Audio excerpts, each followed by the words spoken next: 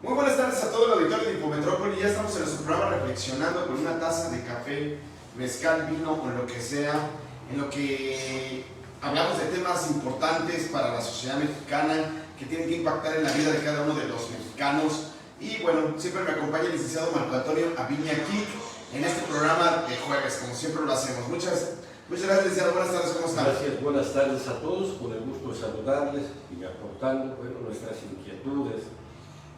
Finalmente, quien toma la decisión, quien al final debe sacar las consecuencias, dilucidar todo, generar una buena opinión, es usted, también en el seno de las amistades, en el seno de la familia, en el foro interno.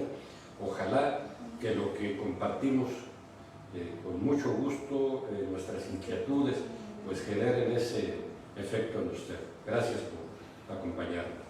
Así es, licenciado. Vamos a hablar hoy de un tema que ha estado muy politizado en los últimos días, en el cual la famosa Guardia Nacional creada por Andrés Manuel López Obrador quiere regresar a las Fuerzas Armadas ya de manera formal, de manera implícita o en la práctica, pues así estaba, ¿no? Pero ahora con todas las normatividades o formalidades que se requieren.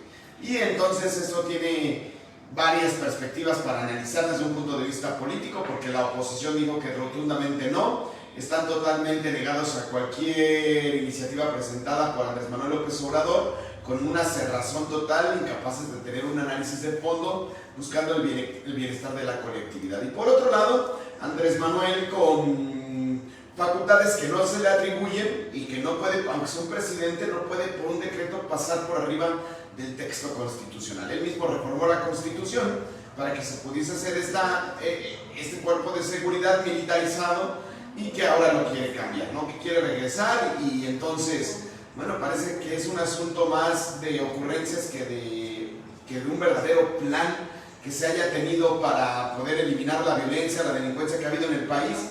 Y si algo se puede decir con todas sus letras, es un fracaso enorme de Andrés Manuel López Obrador en este tema de seguridad pública, al igual que Calderón y Peña Nieto. El país no ha sufrido ninguna diferencia, no hemos aventajado absolutamente nada, sigue habiendo una delincuencia generalizada en todo el territorio nacional, una violencia desproporcional, robos, asaltos, casa habitación, narcotráfico. Entonces este país sigue teniendo y experimentando violencia, muerte contra activistas sociales, muertes contra periodistas, sigue siendo lo mismo.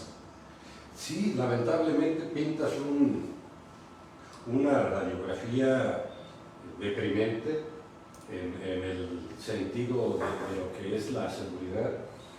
Ha sido el talón de Aquiles de esta administración. Voy a parecer agorero, pero lamentablemente así como dejaron el país. El uso de las Fuerzas Armadas para someter, para amedrentar en los años 50, 60, hasta hace muy poco tiempo, relativamente, las Fuerzas Armadas fue un uso represivo, no coercitivo, no era una fuerza preventiva, era una fuerza de operación contra el ciudadano, sobre todo contra la disidencia, contra quienes pensaban diferente al poder establecido, al poder dominante. Luego, en el cambio de régimen que se da en el 2018, vienen algunas cuestiones que, primeramente, se le da la figura constitucional al ejército de cómo es que puede estar en la calle, porque esa asignatura estaba pendiente. Era una presencia de facto, una presencia mandatada por el comandante supremo de las Fuerzas Armadas, los presidentes de la República en turno. Le dan esa figura. Entonces, cuando normalizan la presencia del ejército, hay oposición, hay crítica. Regresan al ejército parcialmente a los cuarteles y crean la Guardia Nacional, fundan la Guardia Nacional, con personal de Marina, del Ejército mismo, de las policías federales, de las agencias de investigación, y le dan un carácter distinto, le dan una figura de Fuerza Armada, pero civil. lo han criticado bastante, ha sido muy, muy observado incluso por la Comisión Internacional de Derechos Humanos o Interamericana de Derechos Humanos, muy fijaditos en esas cosas. Sí se fijan mucho en lo que hacen los gobiernos, le está pasando a El Salvador, pero no se fijan en que son cuestiones reactivas a lo que está pasando con la delincuencia. El caso mexicano, la delincuencia se ha armado en mercados negros con armamentos de guerra, con armamentos que son altamente sofisticados, no llegan a los niveles de los que disponen los ejércitos regulares. ¿Por qué? Porque no les dan acceso a ese tipo de armas. Sí, armas de guerra convencionales, pero no llegan al tipo de armas que traen un ejército regular. Y doy un ejemplo, las ametralladoras esas como la que en Nayarit, desde un helicóptero con una precisión tremenda, y es una mezcla de un motor eléctrico que activa una ametralladora que hace entre 3 y 6 mil disparos por minuto. Eso no lo tienen por fortuna los cuerpos delictivos que operan en nuestro país. Tienen otro tipo de armas muy poderosas, muy agresivas, muy peligrosas, pero no cuentan con lo otro. ¿A qué quiero llegar? A que es inexplicable que el ejército mexicano, que la Marina, no haya logrado contener a la delincuencia en un enfrentamiento formal, porque lo tienen prohibido, están normados por ahí sí, por los tratados internacionales, tienen la obligación de respetar y de no usar determinado armamento contra adversarios. Son adversarios porque es una fuerza beligerante que, si bien no le ha declarado la guerra al ejército, sí está en contra de la sociedad mexicana. Todos los grupos delincuenciales que operan en México están en contra de los ciudadanos porque están alterando la paz. Y en la Constitución se cataloga como delincuencia todo el que altere la paz del orden público, todo el que esté por una cuestión delictiva organizada o no. ¿Qué sucede ahora? Hay una oposición a ultranza, declararon una moratoria legislativa, los grupos del PRI, PAN, PRD, Movimiento Ciudadano, en la que a ultranza, es decir, antes de conocer, hay una oposición a todo lo que el presidente mande por la vía del Congreso de la Unión. Se van a oponer, y todo lo que implica un cambio constitucional necesariamente requiere un determinado número de votos. Morena, Partido del Trabajo y algún otro que se le adhiere no suman esas cantidades, no logran llegar el número para poder hacer esas reformas, de manera que los otros juegan con la suerte de todas las iniciativas que manda el presidente, mandándolas al congelador porque no pasan la votación. Así sean las mejores argumentaciones que presenten los diputados que vayan y las defiendan lo que les está proponiendo, simplemente en la votación no pasa. Aquí es un tema muy complicado, yo lo decía.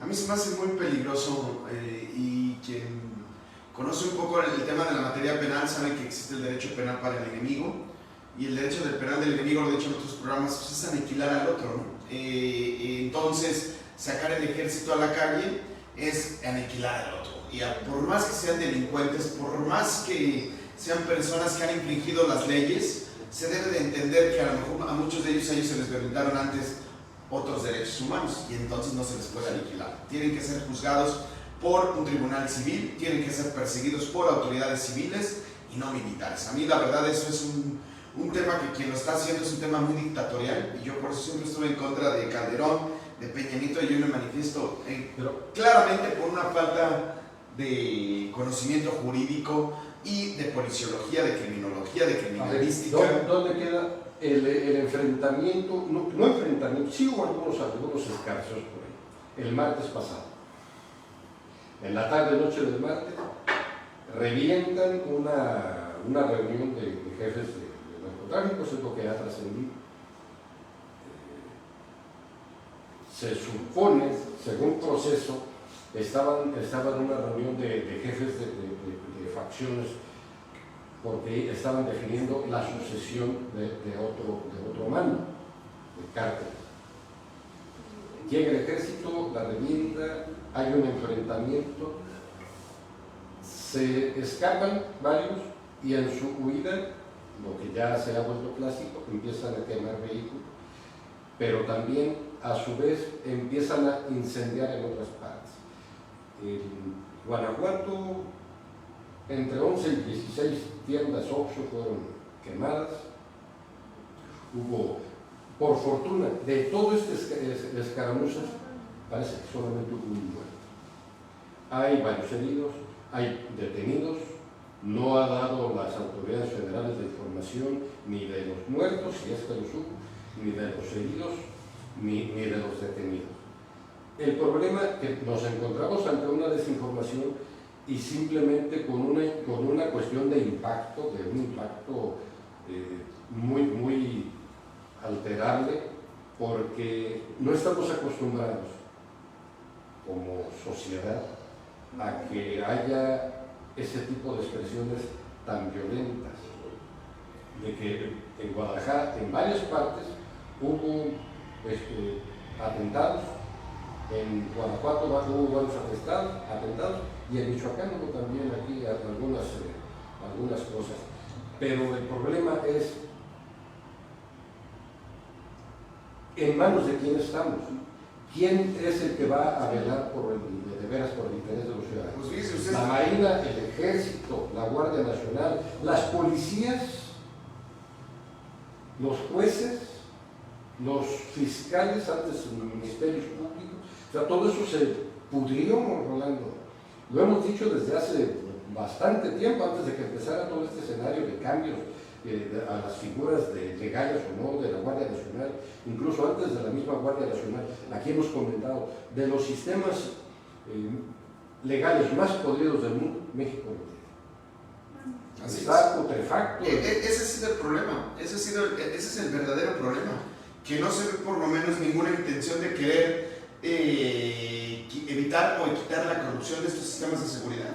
Ese es el problema que yo detecto. Ni siquiera parece ser que haya alguna intención de crear nuevos cuerpos policiales capacitados de inteligencia de élite que puedan hacer estas cosas. Fíjese usted lo que me está diciendo.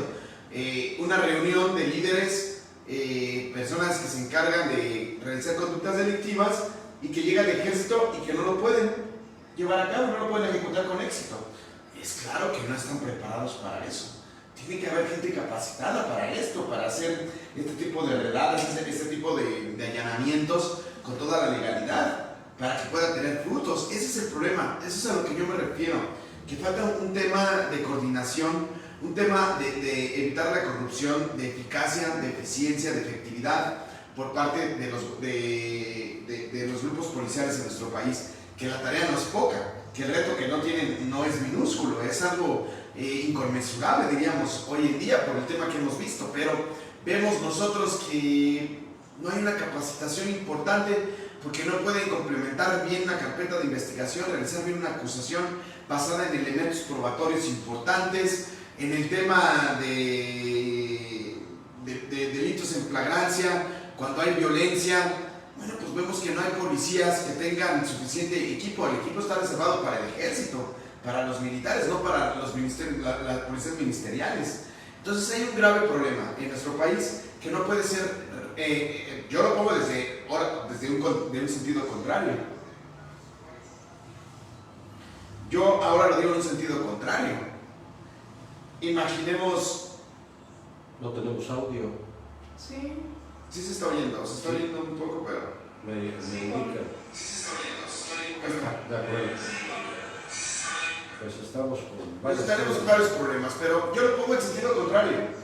¿A cuántas personas no se le aplica para reprimir movimientos sociales con el ejército? Ahora ya no estoy hablando de las personas que están delinquiendo, ahora estoy pensando cómo el ejército puede reprimir levantamientos sociales, cómo el ejército puede invadir casas, cómo es una estrategia de fondo implementar el miedo para que no siga habiendo tema de movilización tema de manifestación, tema de inconformidades sociales, y que es una estrategia muy clara para poder minimizar y poder levantar la voz de los pueblos, sacar el ejército, que se vean que tienen armamento. ¿Quién va a poder levantar la voz o exigir algún derecho cuando el ejército está en las calles? Eso es de verdad lo preocupante. Esos son temas de análisis, y que yo estoy en contra de que cualquier presidente, cualquier persona vaya en contra del texto constitucional. Definitivamente en contra de los tratados internacionales, de bloques de constitucionalidad, como lo que está intentando hacer. Pero bueno, ahí está el tema. Pues hay que esperar a ver ahora que se dé el debate, que se dé la votación, a ver qué es lo que... A mí me gustaría que hiciera un debate diferente. No de ver si lo ponen o no lo ponen, sino cómo fortalecer las policías, cómo fortalecer las direcciones de peritos, cómo fortalecer a los jueces para la hora de la aplicación de una sentencia, cómo fortalecer el tema de la prevención del delito, programas importantes que puedan ir disminuyendo la incidencia criminal de alto impacto en el país.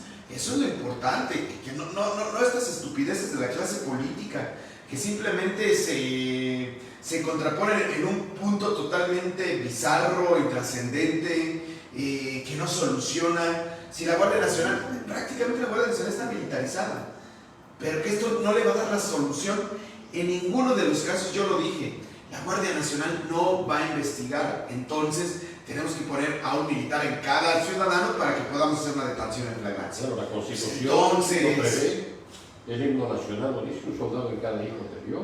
Así es, entonces esto será un verdadero problema.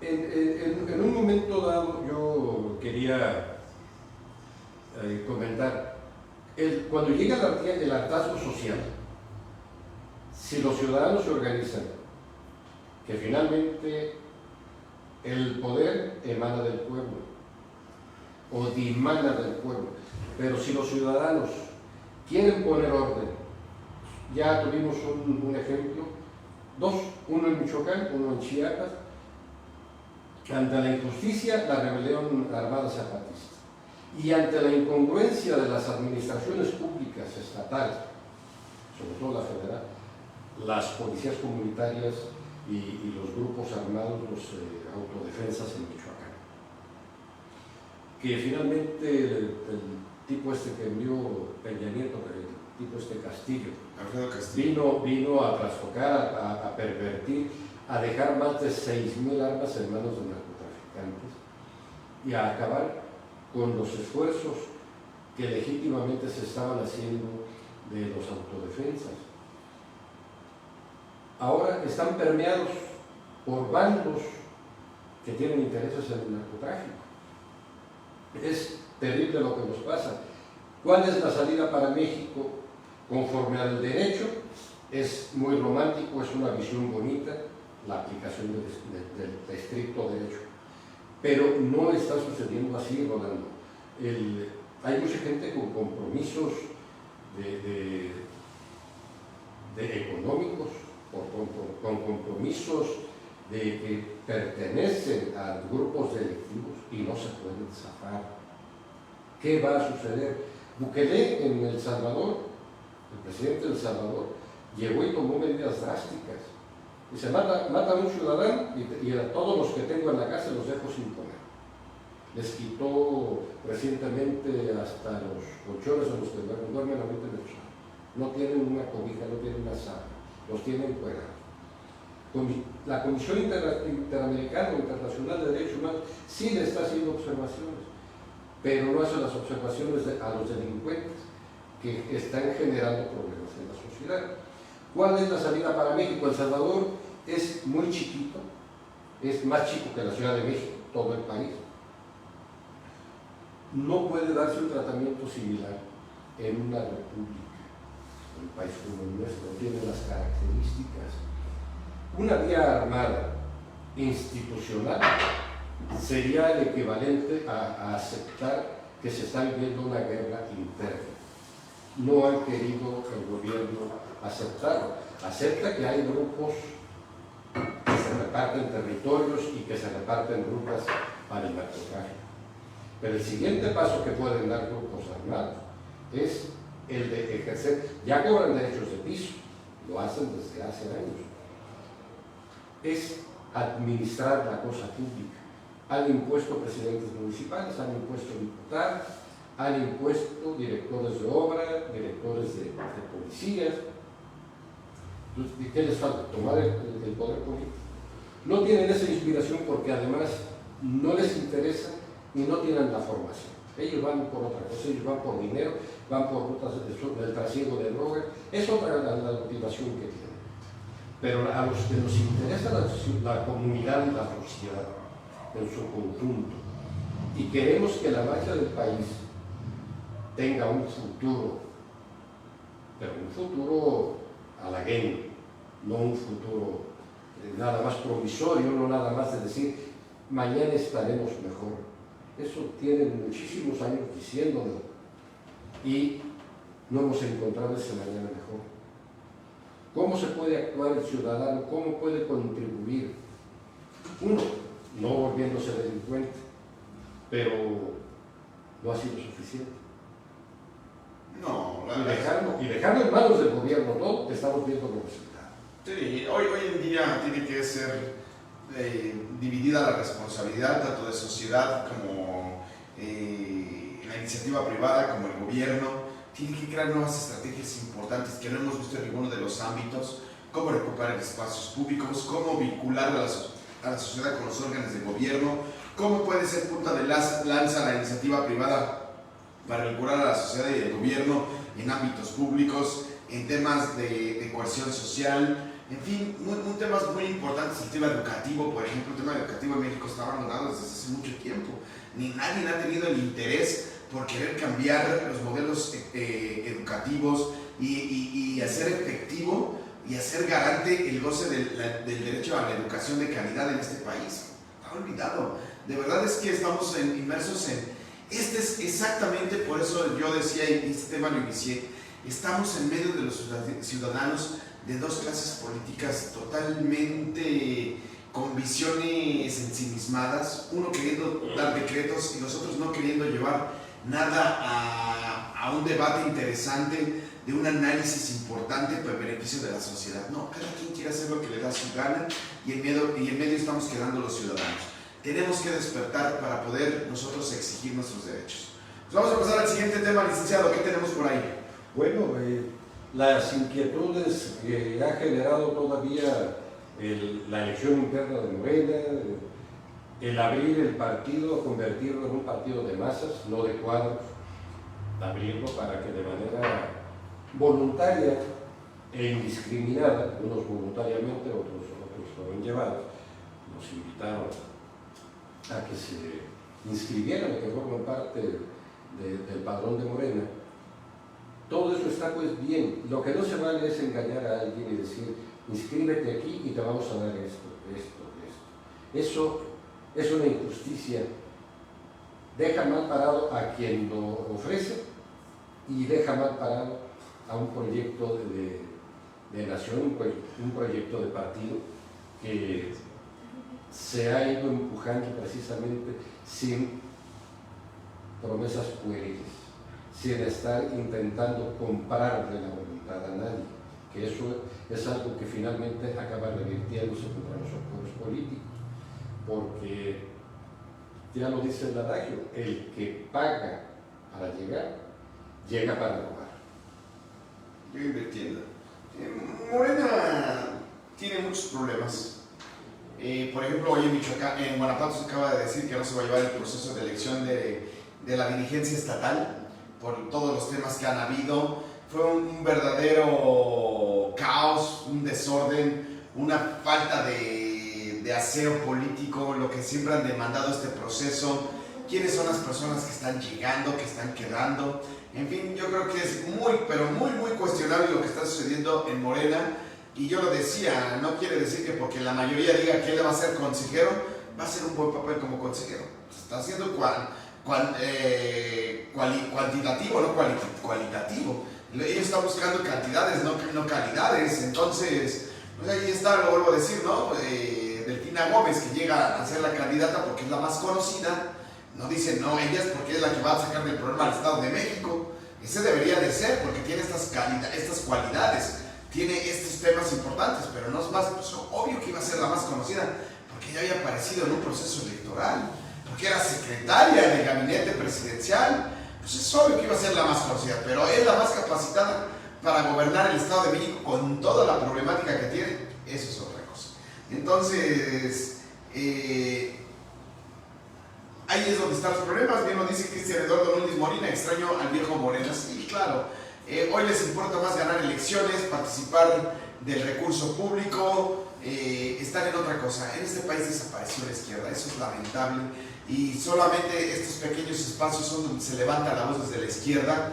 Vemos periodistas nacionales allegados a los al viejo régimen priista, panista, y ahora vemos a muchos otros periodistas alabando a este régimen totalmente sin ninguna estructura idealista. Entonces estamos en un grave problema. Yo lo veo que seguimos estando en un grave problema, sin una identidad ideológica, sin una visión de las mayorías. Ahí sí las políticas públicas deben de ser a favor de los más, y en este país tenemos más de 90 millones de pobres. Es decir, las políticas públicas deben de estar encaminadas a paliar las miserias en las que viven 90 millones de mexicanos, y lo que vemos es totalmente otra cosa. Y tan es así que quiero juntarlo con otro tema interesante. El 8 de agosto fue el natalicio de Zapata. Zapata, un verdadero revolucionario de los de cepa, de aquellos que nunca vendió su ideología y que siempre llevó hasta el final querer buscar el reparto agrario a favor de los que se les había robado la tierra. Él estuvo en contra de Madero cuando Madero traiciona la revolución y solamente a unos cuantos terratenientes, a sus amigos, empieza el reparto agrario. A Venustiano Carranza, que había venido haciendo lo mismo y que cae en manos de Guajardo, ¿verdad? De Jesús Guajardo, el traicionero, que murió traicionado, y que Zapata buscó siempre evitar a toda costa la desigualdad social. Y hoy sigue su lema vigente, hoy sigue su legado vigente. Creo que sigue vigente más que nunca cuando estamos viendo la desproporcionalidad de los precios, cuando hemos visto el despojo de las tierras, cuando en este país se ha dejado de sembrar por tradición y se ha buscado la siembra por comercialización, cuando el campo ha sido abandonado, cuando los migrantes, cuando la gente del campo está en el extranjero siendo vilipendiada, siendo ultrajada, siendo discriminada, dejando sus tierras porque no se cumplió aquella petición del caudillo del sur, ¿verdad? Entonces Zapata hoy sigue siendo vigente. Desgraciadamente ya no en las luchas ya no se escucha su nombre. ¿Por qué? Porque hemos llegado en un estado donde el gobierno ha dado dádivas, eliminando todas esas racionalidades sociales, pidiendo lo que el derecho le toca a todos los que son mexicanos y han trabajado la tierra de manera importante y que solamente tienen sus manos para trabajar.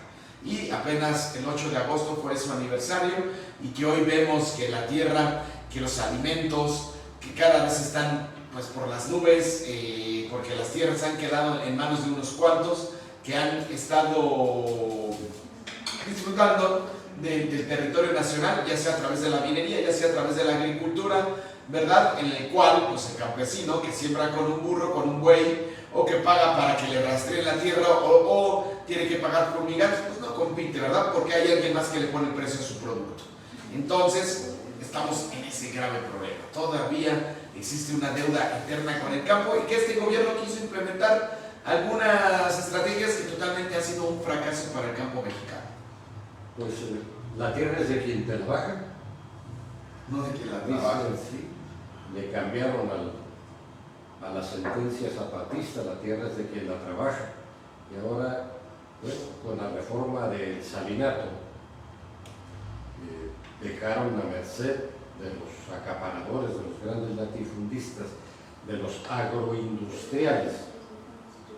A los campesinos los desampararon. El campo está devastado, está en el abandono, y lamentablemente no tiene conciencia el gobierno de que ahí es donde está el futuro. ¿Por qué? Porque tiene que garantizar dos aspectos: la educación y la alimentación. Eso es lo que nos lleva a la libertad, a la soberanía. Ya la cuestión energética son cuestiones de carácter complementario, pero esencialmente la educación y la alimentación, para tener una conciencia y una fortaleza para la toma de decisiones. Qué triste que luchadores sociales, acá tuvimos a Efraín Capiz en Michoacán, tuvimos a Rubén Jaramillo, que fue masacrado con toda su familia, tuvimos a Lucio Cabañas, que de ser alumno fue maestro y de ser maestro se fue a las armas porque cada vez que se quejaba de la injusticia en la montaña de Guerrero, lo que recibía era represión. Entonces vieron que no había una respuesta institucional para desarrollar las comunidades pobres en México y que cada vez eran más despojadas, más maltratadas. Entonces optaron desesperadamente por la vía armada y al final los reconciliaron. Ahora, por fortuna estamos cambiando, se busca un régimen democrático, pero no se puede hacer todo, Rolando. Dejaron amarrado tanto manoseo en el texto constitucional que no es posible que el presidente tome decisiones como las venían haciendo.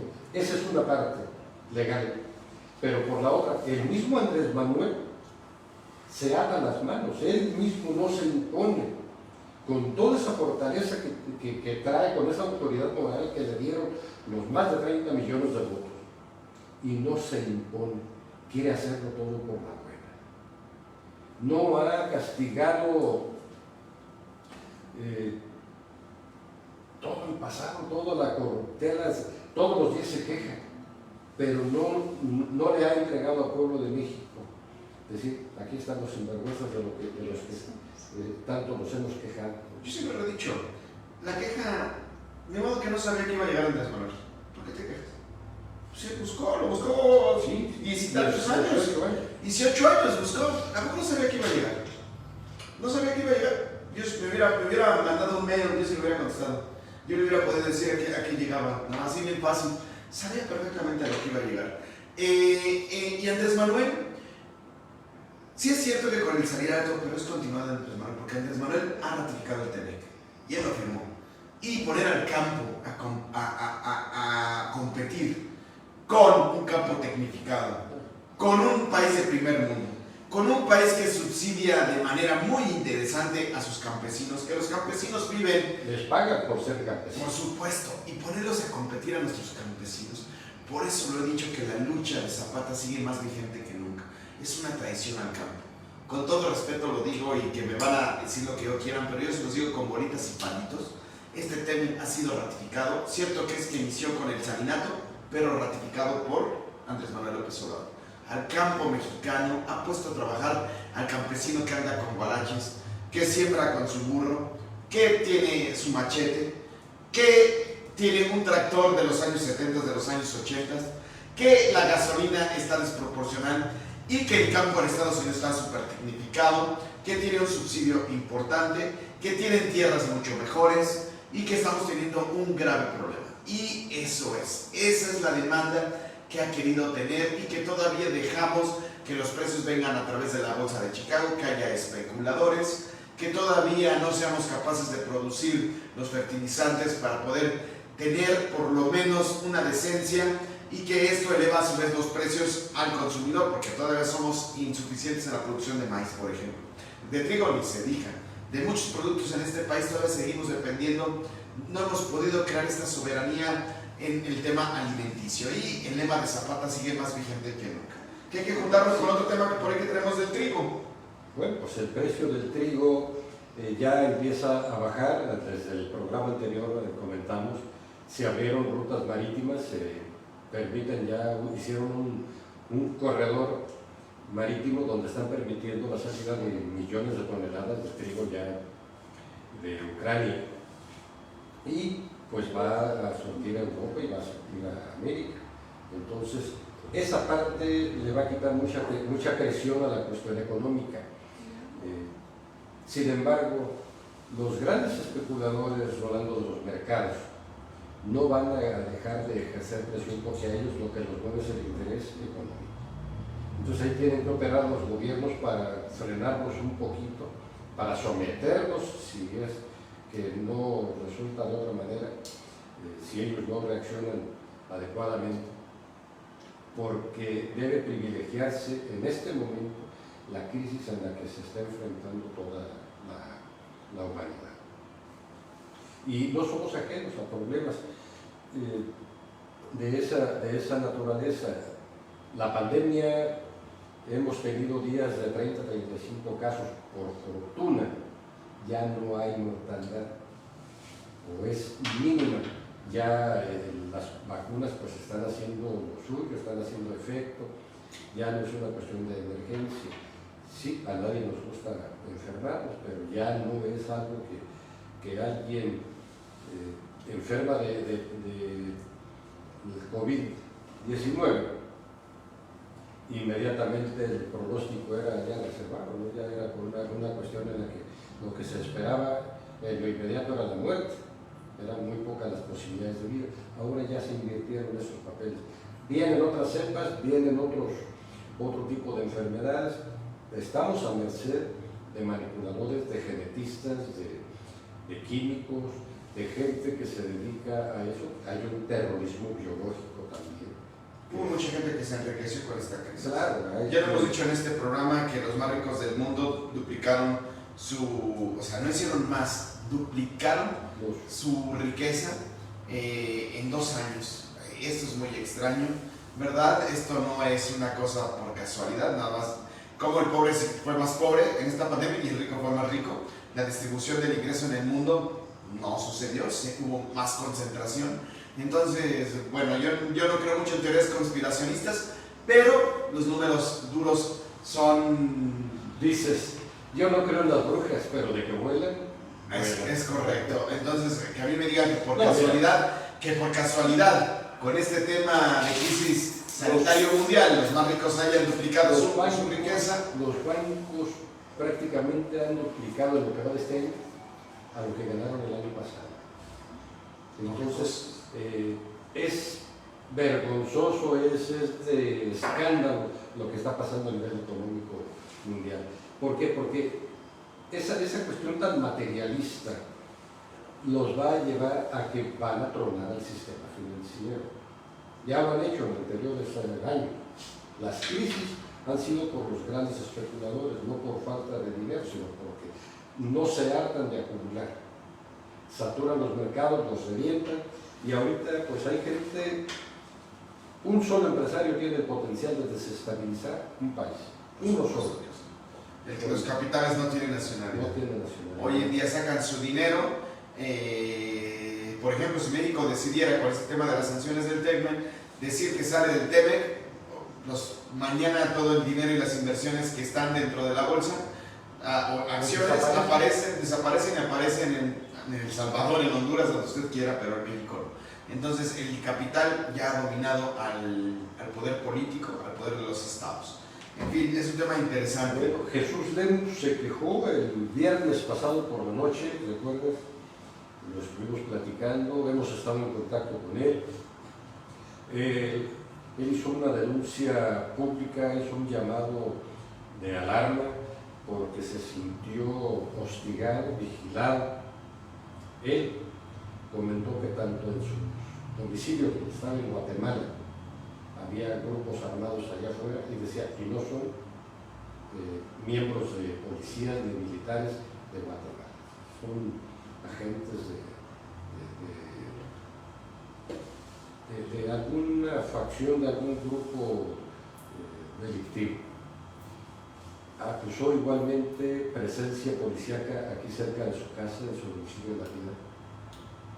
Y finalmente, bueno, pues ya lo llamaron a consultas, fue a la Secretaría de Gobernación, está ahí bajo el protocolo del mecanismo de protección a periodistas amenazados. Él mismo señala que no aceptó la cuestión económica, que hay una parte económica donde le dan al reportero una cantidad, no es mayor cosa, pero es una cantidad para que vayas teniendo holgura en tus gastos, que no te sientas tan apremiado. Y le dan la facilidad de un grupo que lo custodia. Entonces él está ahorita en dos vertientes. Una es rondines de la Guardia Nacional, donde quiera que él se presenta, hay presencia también de uno o dos vehículos de Guardia Nacional, y aparte él trae un grupo que le asignó el protocolo de protección a los periodistas. Así es, Jesús Lemus había escrito, yo le dediqué unas cuantas líneas en solidaridad por ser un buen amigo, pero más allá de ello, por ser un periodista que poco se da en este país, que haga periodismo de investigación frontal, editorial, y que ahora va en contra de un personaje que está en la cima del poder. Yo creo que a lo mejor tiene más poder que el mismo presidente de la República, Alejandro Gertz Manero, ¿verdad? Y que es el fiscal general de la República, y todo el pasado oscuro que ha tenido y cómo ha estado relacionado con el poder, y que ahora ejerce el poder coercitivo del Estado a través de la Fiscalía. Y que esta vez, a diferencia de sus anteriores publicaciones, estaba dirigido hacia un personaje que tiene ahora el poder. Ya no es contra el licenciado que fue Genaro García Luna, preso en Estados Unidos, contra el expresidente Enrique Peña Nieto, o contra temas donde están muchos involucrados, como el caso de México a cielo abierto. No, ahora estaba dirigido contra un personaje muy fuerte, y esto ya lo habíamos un poco vaticinado, ya lo habíamos anticipado con él en algunas reuniones que habíamos tenido, y que no se hizo esperar esta reacción por parte de este sujeto. Esperemos que Jesús Lemus pueda estar bien, nuestra solidaridad, callar o por lo menos amenazar la libertad de expresión es vulnerar el conocimiento necesario que todo mexicano debe de tener para poder crear conciencia social. Va más allá de que simplemente quieran coartar la voz de Jesús Lemus, no, va más allá de querer ensordecer la voz para que nadie la pueda escuchar. Y ese es el gran problema que tenemos en nuestro país, y que si no nos solidarizamos con publicaciones como estas, con individuos como estos, periodistas que rompen el molde y que hacen algo extraordinario, tenemos que estar con ellos. Claro, se une él, su nombre, a grandes reporteros, a grandes escritores que ha tenido nuestro país. Jesús Ignacio Ramírez, el nigromante, por ejemplo, él en la época juarista fue uno de los grandes aportantes a los contenidos de las leyes de reforma, a generar opinión, y también sufrió las consecuencias, porque el conservadurismo de la época, bueno, pues cargó con él. Me jacto, lo he presumido, lo he comentado, que tuve una amistad con Manuel Buendía, el mejor reportero, el mejor periodista de opinión de México, cuando el diario Excelsior tenía una presencia tremenda, un poder de informativo también muy grande, considerado uno de los 12 periódicos más importantes del planeta. Ahora, bueno, ya no la sombra es, pero ahí Manuel Buendía publicaba, te lo he dicho, era un periódico dentro del otro periódico. El contenido de Manuel Buendía era también fulminante, era lapidario cuando agarraba a un gobernador o a un secretario de Estado hasta que lo sacaban prácticamente.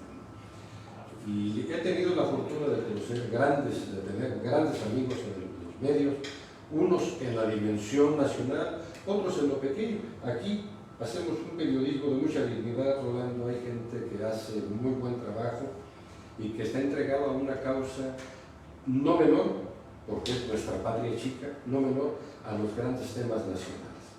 Eso debe llenarnos también de dignidad y debe de darnos orgullo el saber que generamos suspicacias, generamos opiniones, unas favorables, otras adversas, pero no pasamos desapercibidos. Y que en nuestra pequeña comunidad donde actuamos, pues nos volvemos gente que finalmente somos un factor que debe ser considerado por quienes quieren participar en la cosa pública, por quienes quieren tener un lugar en la sociedad. Debe pensar que va a pasar necesariamente por nuestro matiz, si valen la pena. Si no valen la pena, no nos vamos a ocupar de ninguno. Eso ocurre, eso no es algo que a mí me preocupa. ¿verdad? Y hay que levantar las voces, hay que volver a levantar las voces desde la trinchera, desde cualquier punto en el que estemos, por muy minúsculo que sea, suma, ¿verdad? Un granito de arena hace una playa, entonces hay que levantar la voz sin duda alguna, y lo hemos hecho aquí con tal de poder apoyar la libertad de expresión. Las consecuencias que sean, aquí damos la cara, todo el mundo sabe en la Piedad dónde está Infometrópoli, no nos estamos escondiendo, aquí damos nuestros nombres, saben a qué nos dedicamos, en dónde vivimos, y lo decimos con toda honestidad lo que estamos realizando. ¿Qué más tenemos por ahí, licenciado? Bueno, pues yo no sé si quieras comentar. Ya hablamos de Emiliano Zapata, especulación con los precios de las tortillas, ya hablamos de Morena. Pues no, ya yo creo que es momento de dejar al auditorio en paz. En paz, que nada más van a estar los Tigres del Norte el día 15 de septiembre en el Zócalo. Yo lo que recuerdo no es una música que a mí me agrade mucho.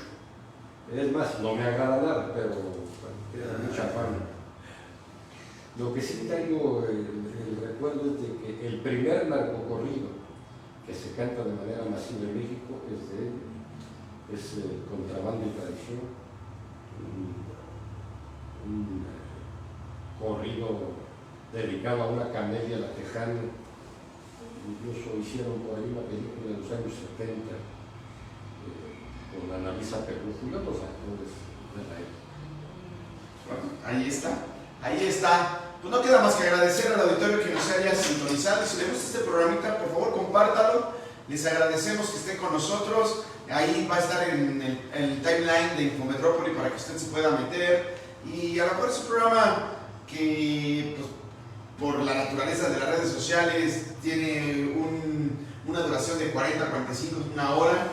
Pero yo creo que bien vale la pena que usted le eche un vistazo y forme su criterio. Pues no queda más que decir gracias. Bianca, muchas gracias, hija. A Patricia Santiago, gracias. Allá al doctor Paco Licea en Mexicali, pues él hizo contacto.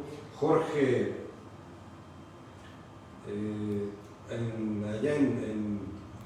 está en Arizona. También saludos a Israel Hernández Mesa, al doctor, por supuesto, un saludo. También a Cristian Eduardo Núñez Molina, que se conecta siempre y que está al pendiente de este programa. Les agradecemos. Por ahí compartan. Muchísimas gracias. Esto fue Reflexionando con una taza de café, mezcal, vino, lo que sea. Marco Antonio Aviña aquí, Rolando Flores Ayala. Gracias.